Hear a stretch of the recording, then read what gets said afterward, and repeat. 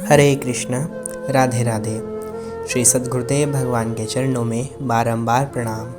सभी साधकों को श्री सीताराम। साधकों, हम भक्तमती द्रौपदी जी का जीवन चरित्र श्रवण कर रहे हैं।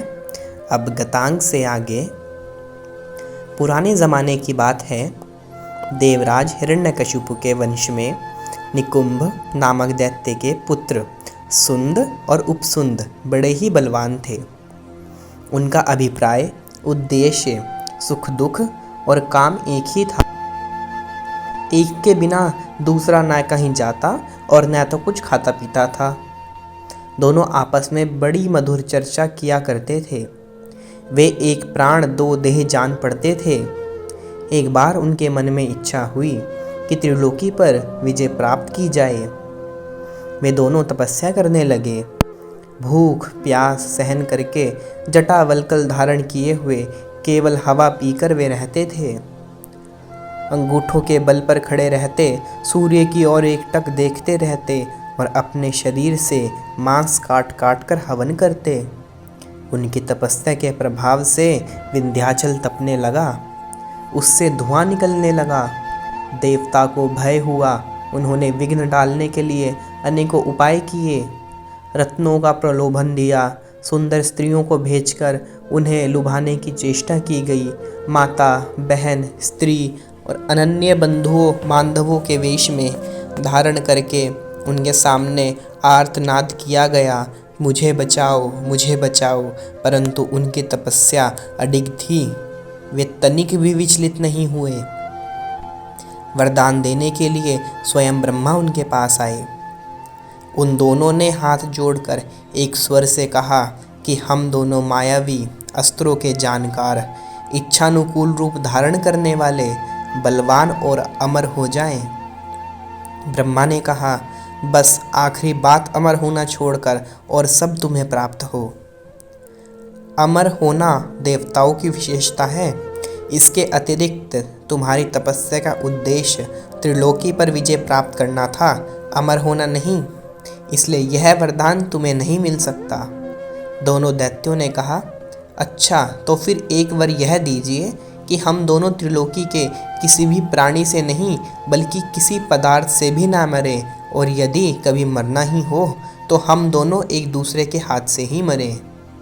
ब्रह्मा जी ने कहा, एवमस्तु, ऐसा ही हो। वे प्रसन्न होकर घर लौट आए। खुशी मनाई जाने लगी। अब उनके सामने कौन टिकता। बात की बात में दिग्विजय हो गई। देवता लोग अपने लोक छोड़कर भाग गए। ब्राह्मण और तपस्वियों की बारी आई। सब आश्रम नष्ट भ्रष्ट कर दिए गए। यज्ञशालाएं जला दी गई। वे गुफाओं में जा जाकर, दुर्गम स्थानों में ढूंढ ढूंढ कर, जानवरों का रूप धारण करके एकांतवासी तपस्वियों का संहार करने लगे। ऐसा मालूम हुआ कि अब प्रलय होने वाला है। देवर्षि, ब्रह्म ऋषि, महर्षि, परम ऋषि और राज ऋषि सब देवताओं के साथ ब्रह्मा के पास गए। सबने प्रार्थना की, प्रभो क्या अभी प्रलय हो जाएगा। ब्रह्मा चिंता में पड़ गए। उन्होंने विश्वकर्मा को याद किया। उसने कहा कि एक ऐसी सुंदरी स्त्री बनाओ जिसके शरीर में तिल भर भी ऐसा स्थान ना हो जिसमें देखने वाली आंखें ना गड़ जाएं। स्त्री बनी और उसका नाम रखा गया तिलोत्तमा। ब्रह्मा ने कहा, तुम जाओ उन दैत्यों के पास, उनमें फूट पड़ जाए ऐसी चेष्टा करो। उसने देवताओं ऋषियों की परिक्रमा करके अपनी यात्रा आरंभ की। उस समय दोनों भाई मदिरा पिए हुए थे।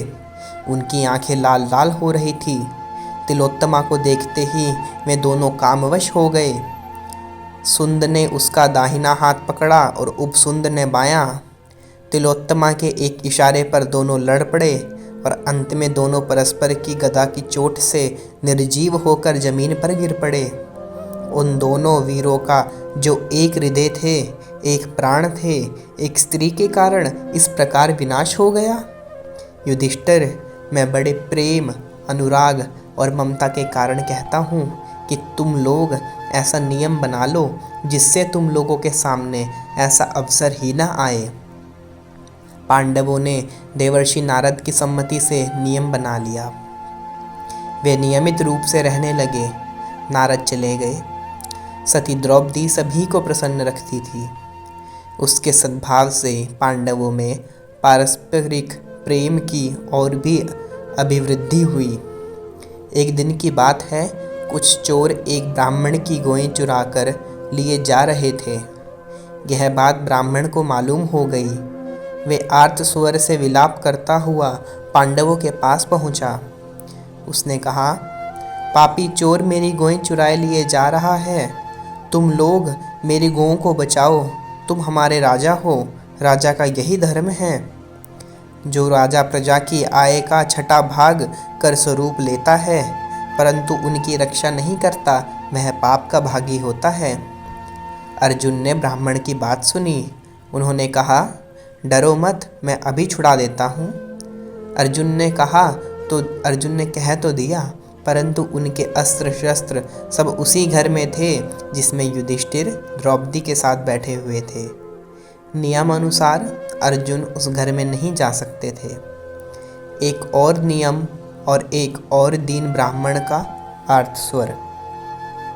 अर्जुन बड़े असमंजस में पड़ गए। वे सोचने लगे, चोर इस ब्राह्मण का गोधन लिए जा रहा है। इसके आंसू पोंछना उचित है। इसकी उपेक्षा से राजा को भी अधर्म होगा। लोग मुझे अक्षत्रिय धर्म से च्युत कहेंगे। नियम भंग का पाप लगता है। एक बात है, उस पाप का प्रायश्चित किया जा सकता है।